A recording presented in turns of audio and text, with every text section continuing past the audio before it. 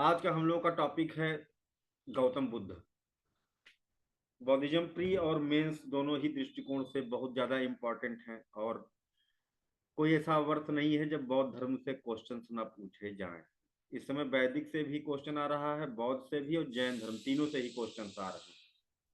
Mains में भी question यहाँ से खूब पूछा जाता है और एक बार अगर आपको इनके अंदर का कॉन्सेप्ट समझ में आ गया तो फिर मेंस में चाहे जैसा क्वेश्चन आएगा आप कर लोगे, क्योंकि इनका जो बौद्ध धर्म का थियरी था बहुत बड़ा नहीं था, है ना। मेन इनकी जो थियरी है ना, फोर नोबल ट्रूथ्स एंड चतवार, जिसे कहते हैं चतवारी आर्य सत्यानी, और दूसरा है अष्टांगिक मार्ग। इसी में बौद्धिज्म अगर इसी को डिटेल में समझो तो खत्म हो जाता है।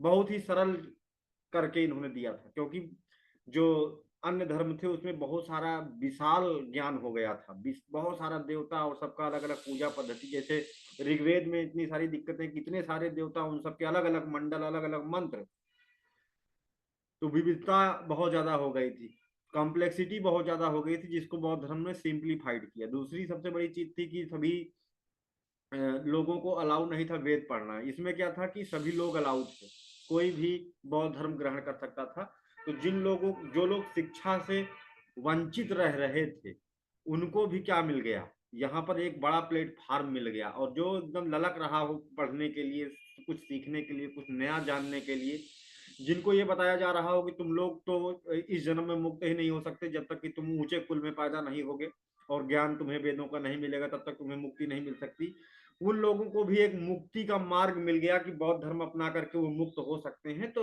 ये बड़ी ही तेजी से प्रसारित होना शुरू हो गया। तीसरी चीज ये थी कि जो वैदिक ग्रंथ थे उनकी भाषा क्या थी? कौन सी भाषा थी भाई?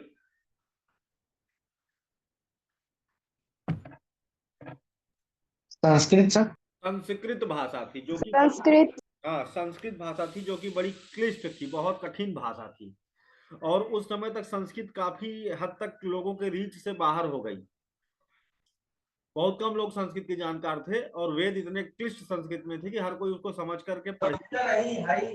विकास, म्यूट करो। ठीक है, तो संस्कृत भाषा को हर कोई जान नहीं सकता था। तो जो बौद्ध धर्म की शिक्षाएं थी वो थी पाली भाषा में, अर्ध मगधी, मगध की लोकल लैंग्वेज। जैसे अपने अवध की अवधि, वैसे ही मगध की मगधी, है ना। तो अर्ध मगधी जिसे पाली भाषा कहा जाता है उसमें था, तो जन सामान्य के रीचेबल था ये ज्ञान। तो ये अगर पूछा जाए कि क्या कारण था कि बौद्ध धर्म जो वैदिक संस्कृति थी उसके ऊपर हावी हो गया, इतना ज्यादा क्यों वो पॉपुलर हो गया, तो वहां पर हम इन शब्दों को, इन इन तथ्यों को लिखेंगे तो हमें अच्छा नंबर मिलेगा। ये थे मुख्य कारण जिस कारण से बौद्ध धर्म सुपरसीड कर गया था सनातन वैदिक धर्म को। ठीक है, जैन धर्म को सुपरसीड कर गया था उसको भी, क्योंकि जैन धर्म हर किसी के बस की बात नहीं, हर किसी के बूते की बात नहीं कि जैनी हो जाए। जैन धर्म में इतने कठोर नियम तपस्या है कि हर कोई उसको साध ही नहीं सकता, इतने तगड़े तप हैं, इतने तगड़े नियम हैं, उछल लुंछल संधारा, हालत खराब हो जाए व्यक्ति की उनके योग और ध्यान करने में। तो ये माध्यम था, मध्यम, है ना। सरलता थी इसमें, सहजता थी। और जिस चीज में सरलता होती है, जिस चीज में सहजता होती है ना, उसका बहाव तगड़ा होता है। नदी भी अपना बहाव कैसा, दुर्गम पथ नहीं चुनती, नदी भी अपना पथ कैसा चुनती है, सरल मार्ग का चयन करती है। इस कारण से, और इनकी शिक्षाएं बड़ी सिंपल थी, बड़ी सरल थी। अभी जो इन्होंने सिखाया था वो मैं तुम लोगों को क्लास में ही बता दूंगा, सिखा दूंगा, है ना। और कोई भी, आप भी किसी को भी बौद्ध धर्म की शिक्षा बड़ी ही आसानी से दे सकते हो, कोई कॉम्प्लेक्सिटी है ही नहीं है ना। ये अनुभूति परक विषय है, यानी कि ये शास्त्र परक विषय नहीं है। ठीक है, शास्त्र परक धर्म वो होते हैं जिनका जो आधार होता है एक धर्म ग्रंथ होता है या कुछ धर्म ग्रंथ होते हैं, जिनका अध्ययन किए बिना आप उस धर्म को अपना नहीं सकते, आप उस धर्म की मूल शिक्षाओं को नहीं प्राप्त कर सकते। जैसे कि बाइबल है इसमें, क्रिश्चियनिटी में, है ना। तो और वेद हैं, वेद हैं, आरण्यक है, उपनिषद है, इतना सारा है, पुराण है सनातन वैदिक धर्म में, है ना। जैन धर्म में ऐसे बहुत सारे ग्रंथ जिनको आगम ग्रंथ है, जिनको बिना पढ़े आप नहीं, लेकिन बौद्ध धर्म में ऐसा नहीं है कि आपको कोई ग्रंथ पढ़ना हो तब जाकर के मुक्ति मिलेगी। ठीक है। महात्मा बुद्ध के जीवन काल तक कोई धर्म ग्रंथ नहीं लिखा गया था। महात्मा बुद्ध ने खुद ही कहा था कि कोई लिखने की जरूरत नहीं, कुछ भी छापने की जरूरत नहीं, कुछ भी। आपको बौद्ध धर्म कोई लिखा पढ़ी का ज्ञान नहीं है कि आप उसे पढ़ो और रटो, जैसे वेद रटाए जाते थे। एक वेद याद हो जाएगा तब तुम, दो वेद याद होगा तब तो तुम्हारी रायण शुरू होगी, द्विवेदी त्रिवेदी चतुर्वेदी ना। यहाँ पर बौद्ध धर्म कोई ग्रंथ पर आधारित धर्म था ही नहीं। बौद्ध धर्म केवल क्या था, आत्मा को समझने की बात थी, अनुभूति परक विषय था। ठीक है, आत्मज्ञान की बात थी, है ना। ये बताता है कि निर्ज्ञान हो जाओ, ज्ञान रहित हो जाओ, तब बुद्ध बनोगे। ज्ञान साधने से बुद्ध नहीं बन सकते। तो जहां पर ज्ञान से दूर भागने की बात बताई जाए, वहां पर कोई ग्रंथ पर आधारित धर्म नहीं था। ये तो बाद में तीन ठो पिटक आ गए। महात्मा बुद्ध के समय तो बुद्ध कहते थे कोई नोट्स बनाने की जरूरत नहीं, कुछ लिखने की जरूरत नहीं, ये कोई पढ़ने की और रटने का विषय ही नहीं है, इसे आत्मा से समझो, ये आत्मा का ज्ञान है और इसे केवल आत्मा से ही समझा जा सकता है। ठीक है। तो बुद्ध कोई भी बन सकता है, लेकिन चतुर्वेदी कोई भी नहीं बन सकता है। चारों वेद रटना सबके बस की बात नहीं, चतुर्वेदी सबसे दुर्लभ थे, है ना, चारों वेद का ज्ञाता, है ना। लेकिन बुद्ध तुम यही खड़े खड़े बन सकते हो सकता है क्लास के एंड के पहले, है ना। इस बौद्ध धर्म पे 3-4 क्लासेस हैं, हो सकता है कि आप किसी भी क्लास में आपको क्लिक कर जाए, हो सकता है आज ही अभी क्लिक कर जाए और तुम बुद्ध हो जाओ, है ना। तो बुद्ध सेकंड भर में बन सकते हो। बुद्ध बनने के लिए बिल्कुल कोई आपको कुछ जानने की जरूरत नहीं। जब कुछ नहीं जानोगे तो बुद्ध हो जाओगे। क्लास एंड होने से पहले हो सकता है बुद्ध हो जाओ तुम, है ना।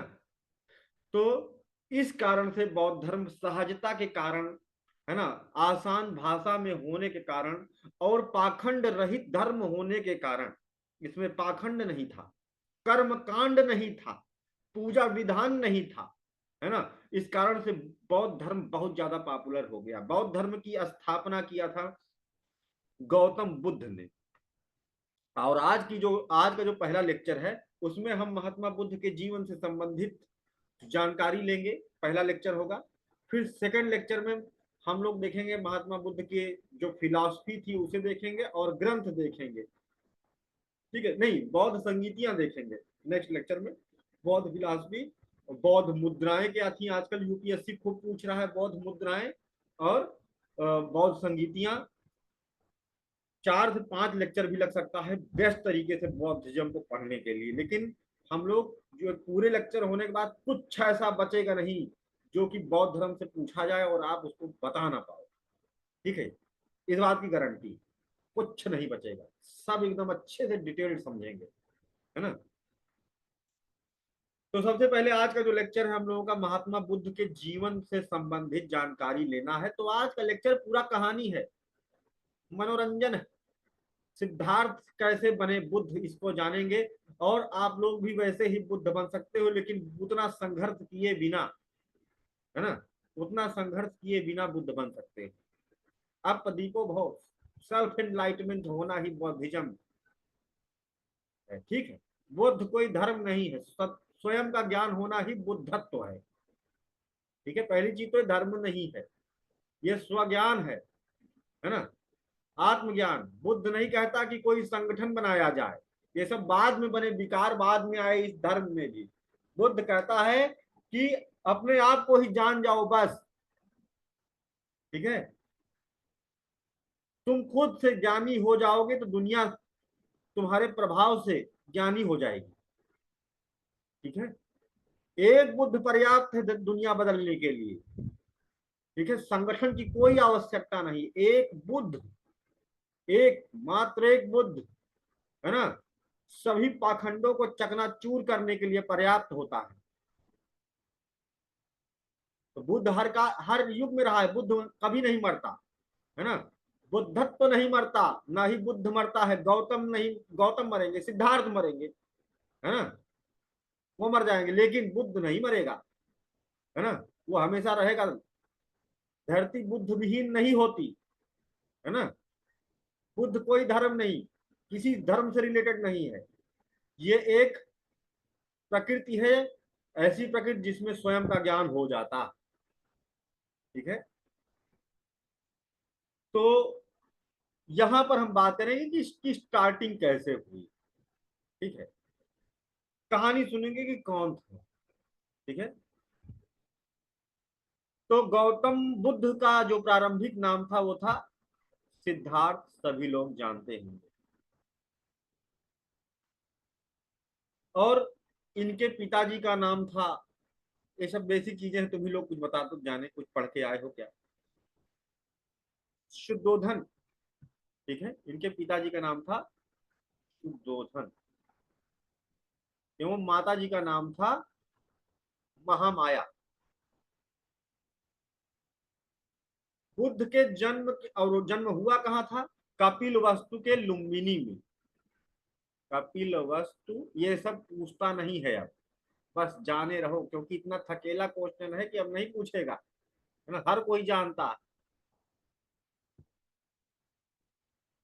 कपिल वस्तु लुम्बिनी। वर्तमान लोकेशन की बात करें तो क्या है, नेपाल। लेकिन नेपाल में। हाँ, लेकिन तब कुछ इस तरह की बाउंड्री नहीं बनी थी। तो लुम्बिनी का एक गांव, एक भाग है जो उत्तर प्रदेश में भी आता है। यानी जो कपिल वस्तु था उसका एक पार्ट, एक गांव उत्तर प्रदेश में भी आता है ना। तो उसे कहते पिपली। ठीक है। पिपली, एक पर वो आमिर खान मूवी बना पिपली लाइव, बड़ी खराब स्थिति का गांव, है ना। तो उत्तर प्रदेश को भी, इसमें भी हम क्रेडिट दे सकते हैं कि बुद्ध हमारे यूपी में पैदा हुए, इस आधार पर कह सकते हैं। और यूपी पीसीएस यहाँ से क्वेश्चन बना सकता है कि कौन सा गांव था जहां जो बुद्ध के जन्म क्षेत्र से संबंधित था, है ना। सारे भगवान, सारे देवता अपने उत्तर प्रदेश में पैदा हुए। उत्तर प्रदेश तो देवताओं की बर्थ स्थली है, सारे अवतार यहाँ हुए। चाहे ऋषभ देव हो, कौशल डायनेस्टी, अयोध्या फैजाबाद मंडल, हमारा मंडल भी फैजाबाद ही है ना। अयोध्या मंडल है, अमेठी डिस्ट्रिक्ट वहीं से आता है ना। और कौन कौन से डिस्ट्रिक्ट है यहाँ, बहुत सारे हैं, है ना। फैजाबाद मंडल। ऋषभ देव भी वहीं की जन्म में, जिन्होंने जैन धर्म की स्थापना की। सिद्धार्थ भी कौशल डायनेस्टी, इनके पिताजी वहां के राजा थे, कौशल वंश, अयोध्या फैजाबाद मंडल, है ना, इनका क्षेत्र वहां तक जाता है। शाक्य क्षत्रिय वंश में इनका जन्म हुआ था, इसलिए महात्मा बुद्ध को शाक्य मुनि के नाम से भी जाना जाता। ठीक है। राम भी यहीं पैदा हुए, कृष्ण भी यहीं पैदा हुए, है ना। उत्तर प्रदेश की मिट्टी कुछ ऐसी है कि यहाँ पर ईश्वर पैदा होते हैं, है ना। सारे अवतारी यहीं आ जाते हैं जो नया नया कुछ बड़ा बनाते हैं।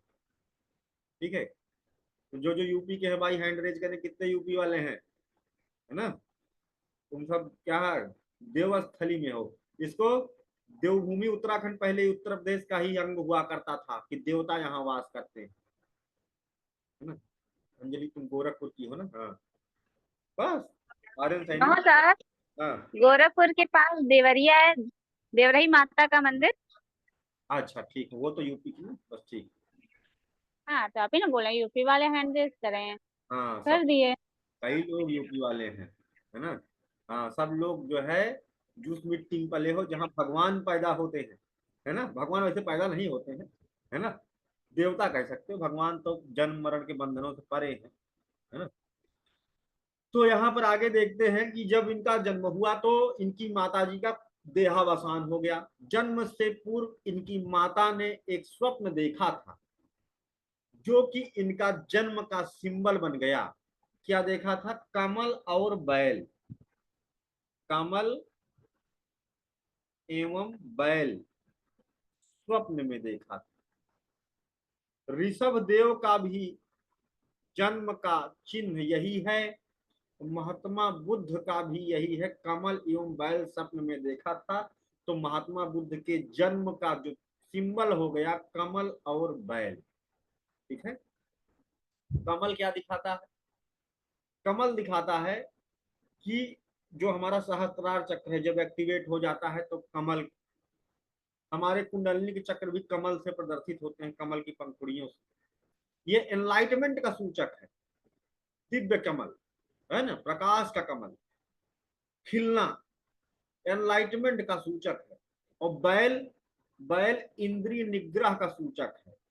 बैल को क्या करते हैं, बैल को नपुंसक बना देते हैं, काम कलापन उसका क्या हो जाता है, बैलेंस, संतुलन। उसके मुंह पे क्या लगा देते हैं कि वो कुछ खा ना सके, केवल काम करे, है ना।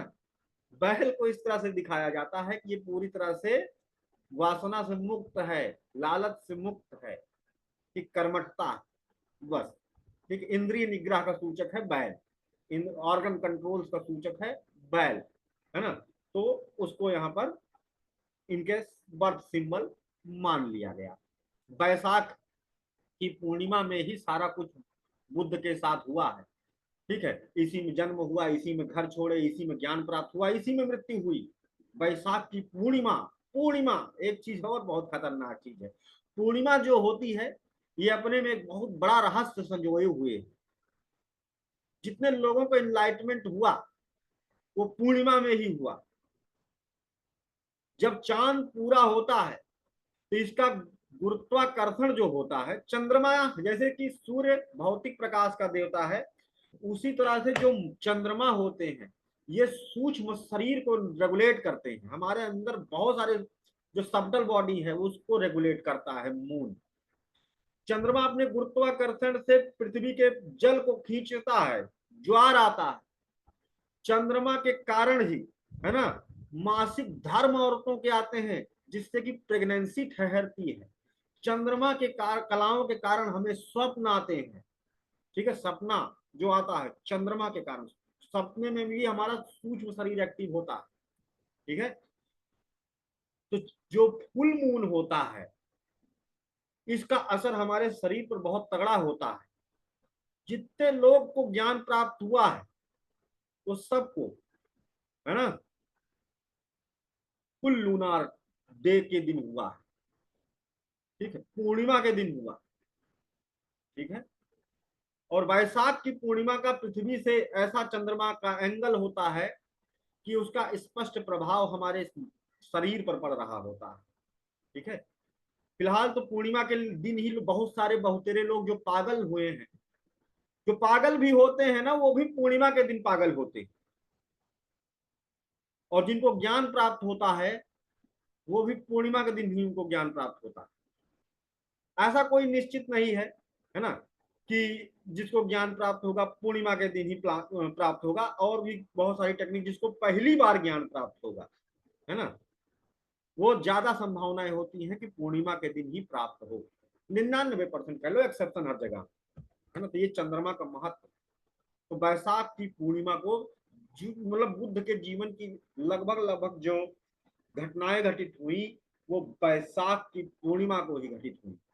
ठीक है, इनकी माता जी की मृत्यु हो जाती है और इनका जो पालन पोषण करने वाली कौन थी, गौतमी प्रजापति, है ना, इनकी मौसी, है ना, इनकी पालक माता गौतमी प्रजापति ने इनका लालन पालन किया था।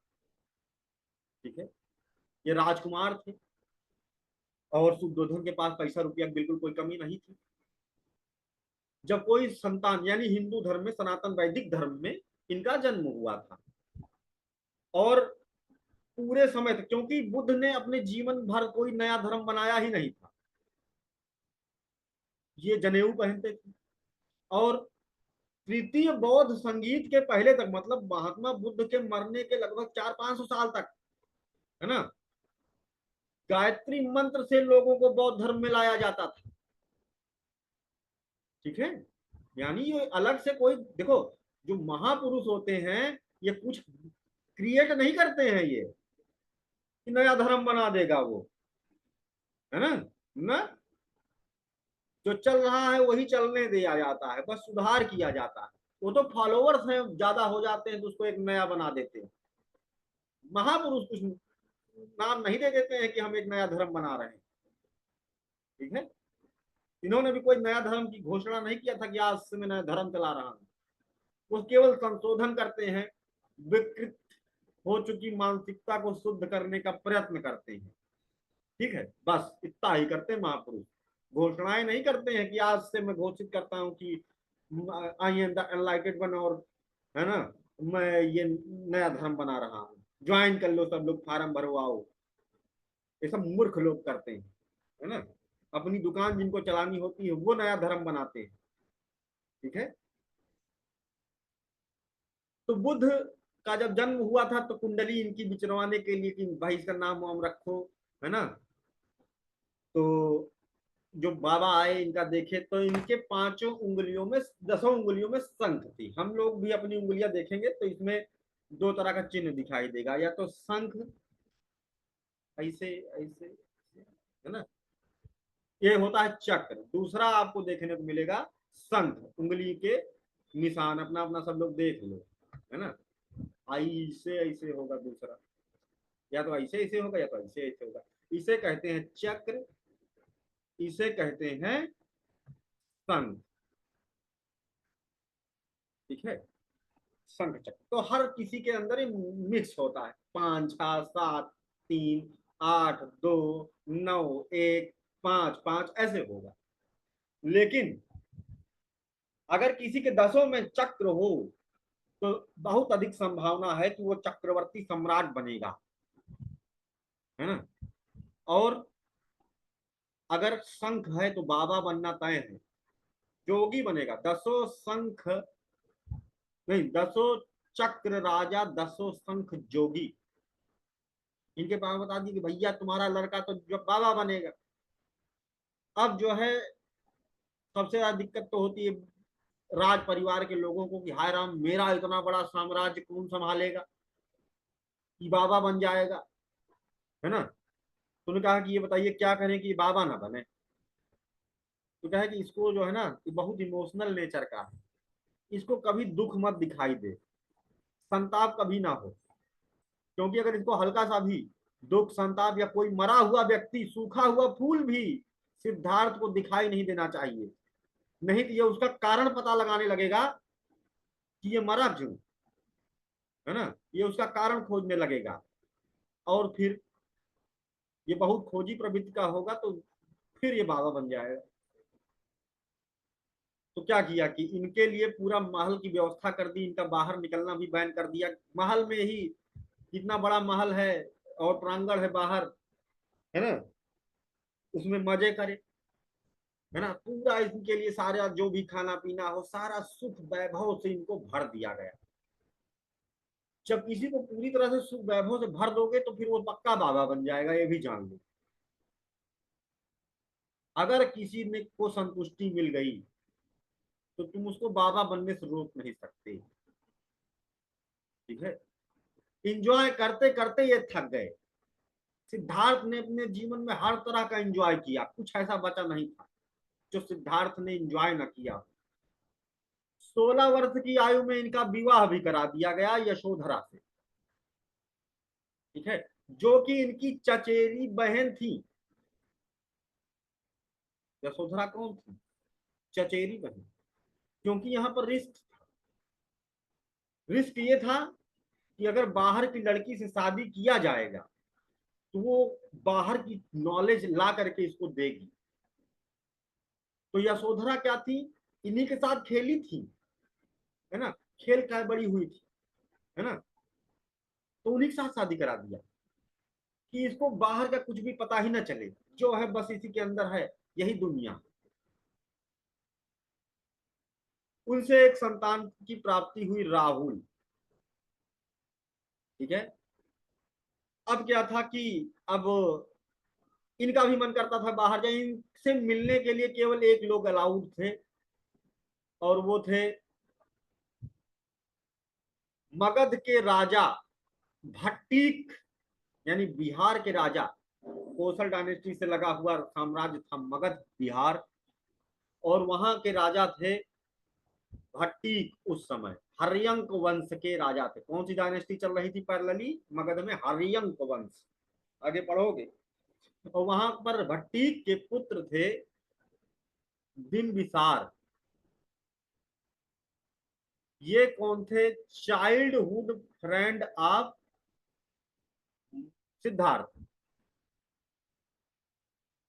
तो इनको अलाउ था क्योंकि राजा के लड़का आकर के अगर खेलेगा मिलेगा तो राजसी चीजें बताएगा, राजगुणी, है ना, इनको आएगा। तो उनके उनसे मिलना अलाउड था, उनसे मिल, वो थोड़ा सा आते थे तो बताते थे बाहर की बातें, शासन प्रशासन की बातें, आपस में खेलते थे। एक दिन क्या हुआ कि इनके पिताजी का जनक विदेह राज्य में निमंत्रण था, वैवाहिक कार्यक्रम में इनको जाना था, और वो चले गए। यहां पर बुद्ध को मौका मिला, सॉरी अभी बुद्ध नहीं कहेंगे, अभी सिद्धार्थ कहूंगा, सिद्धार्थ को मौका मिला और इन्होंने अपने सारथी, क्योंकि जब राजा नहीं होता तो जो युवराज होता है वो उसका आदेश सबको मानना होता है, इन्होंने अपने सारथी, सारथी का नाम इंपॉर्टेंट है, क्या था? चन्ना। इनके सारथी का नाम था चन्ना, को आदेश दिया चल मुझे राज्य भ्रमण करा। चन्ना अब आदेश का अवहेलना कर नहीं सकता, है ना, इनको लेकर के कहा कि लेकिन आप रथ से नीचे नहीं उतरेंगे।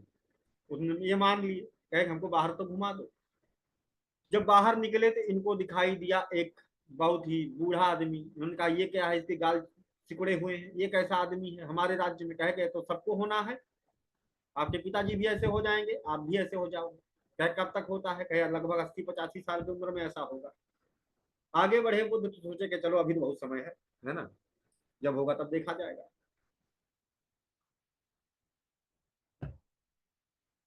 तब जो है इनको एक मरा हुआ आदमी दिखाई दिया। कहे क्या हो गया? राम नाम सत कहे लोग मर जाते हैं, हर किसी को मरना। कहे हाय राम मैं भी मरूंगा? कहे हाँ सबको मरना है। अब इनको चिंता हो गई। कहे ये कब होता? कहे बुढ़ौती के जस्ट बाद मर जाते हैं। कहे मतलब अभी तो जिंदा रहूंगा ना काफी समय तक, चलो ठीक है, बूढ़े होते हैं फिर मरते हैं, ओके, है ना। लेकिन अभी मेरी तो उम्र कितनी है, छोटी सी तो उम्र है मेरी, अभी कहाँ मैं, अभी तो मैं जवान हूँ, है ना। अब आगे गए तो देखा कि एक 16 साल का बच्चा एकदम मृत प्राय स्थिति में है, उसकी बूढ़ी माँ उसको किसी तरह से उठा करके ले जा रही है इलाज के लिए। उन्होंने कहा इसका क्या हाल हो गया है? देखो इसकी तो उम्र बहुत कम है।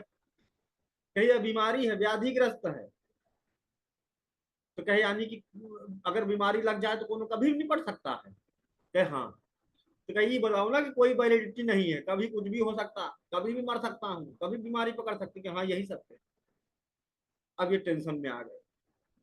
फिर इनसे आगे एक, अब ये कुछ लोग इतिहासकार मानते हैं कि चौथा दिखा था, लेकिन मूल ग्रंथ में चौथे का वर्णन नहीं है। लेकिन मैं बता दे रहा हूँ, नहीं बहुत सारे लोग होते हैं ना जो ज्ञान बघाड़ने लगते हैं कि मैं चार जानता हूँ, है ना। तो वो चार जो जानते हैं वो गलत जानते हैं, तीन ही दिखा था, लेकिन वो चौथा क्या है जो उनको जो पढ़े हैं फर्जी चीजों में, तो वो भी था कि उनको एक साधु दिखाई दिया जब मगन जा रहा था। तो उनका कि उसको देखे कहिए कौन है, कहिए साधु है। कहिए इतना मगन क्यों है? तो उनका मोह से मुक्त। लेकिन ऐसा कुछ हुआ नहीं, ठीक है। तो अब आ गए, अब इनके मन में टेंशन लगी रहने लगी, है ना।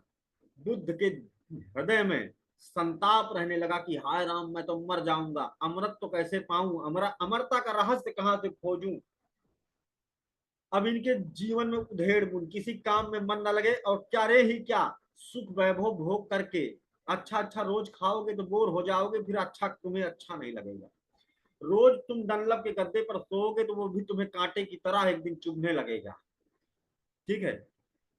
तुम चाहे कितने भी बड़े, है ना, अय्यास हो, लेकिन अगर तुम्हें रोज रोज एक ही अय्यासी करने को मिले तो तुम्हारी अय्यासी सदा के लिए समाप्त हो जाएगी और तुम साधु बन जाओगे। यही हादसा हो गया सिद्धार्थ के साथ। अब सिद्धार्थ ने सोचा कि अब इस सोने के पिंजरे से मुझे मुक्त होना है, ठीक है, और इसके लिए मुझे गृह त्याग करना होगा, क्योंकि वैसे तो मुझे निकलने नहीं देंगे, इसलिए मुझे गृह त्याग करना होगा। तो कौन सी उम्र में इन्होंने घर छोड़ दिया? 29 वर्ष की अवस्था में, 29 वर्ष की अवस्था में इन्होंने गृह त्याग दिया। गृह त्याग करके ये पहुंचे, है ना, कौन से घोड़े से? कंटक नाम के घोड़े पे सवार होकर, कंटक नाम के घोड़े पर सवार होकर बैसाख की पूर्णिमा को, है ना, दिमाग ज्यादा एक्टिवेट हो जाता है, इन्होंने गृह त्याग कर दिया।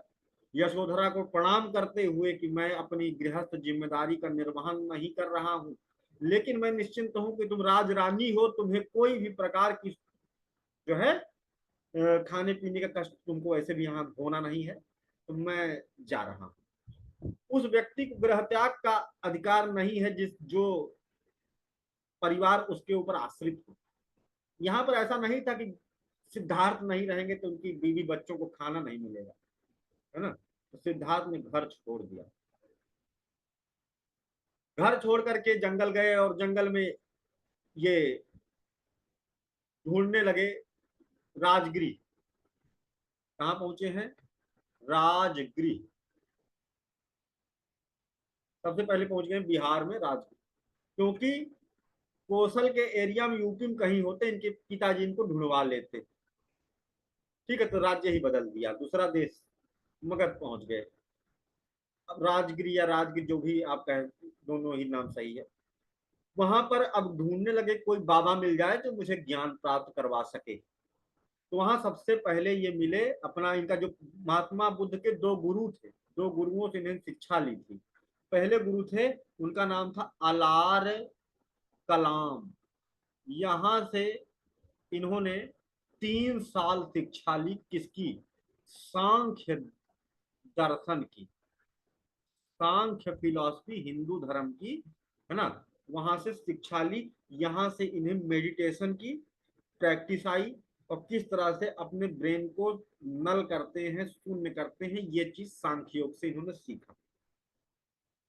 लेकिन वहां पर भी इनको एनलाइटमेंट नहीं हुआ पूरा। 3 साल के बाद इन्होंने फिर से गुरु बदला। ठीक है, पहुंच गए कहाँ? जैन धर्म की शिक्षा देते थे उदक राम पुत्र, इनका पूरा नाम था, दूसरे गुरु उदक राम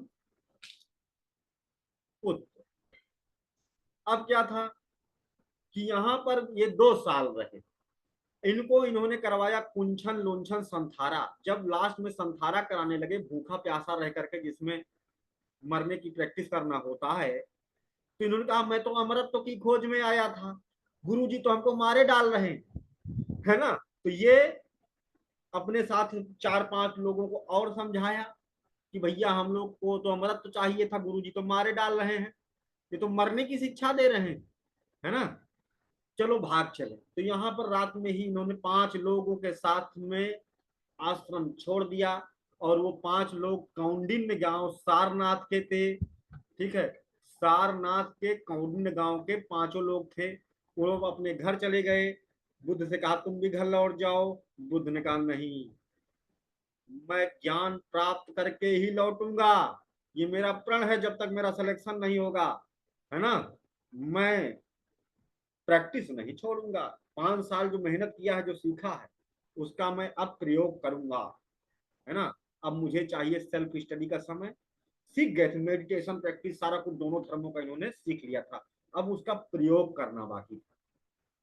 ठीक है, तो अब क्या था कि वो लोग चले गए, उन्होंने कहा ठीक है, अगर आपको ज्ञान प्राप्त हो जाए तो मुझे भी सिखाने चले आना। तो यहाँ पर इन्होंने प्रॉमिस किया कि जाओ कौंडिन्य सारनाथ, जब मुझे ज्ञान प्राप्त होगा तो मैं तुम लोगों को भी सिखा दूंगा, है ना। और यहां से भूखा प्यासा सिद्धार्थ राजगृह में आगे बढ़ गया, है ना। अब यहां से कहानी को हम लोग आगे बढ़ाएंगे।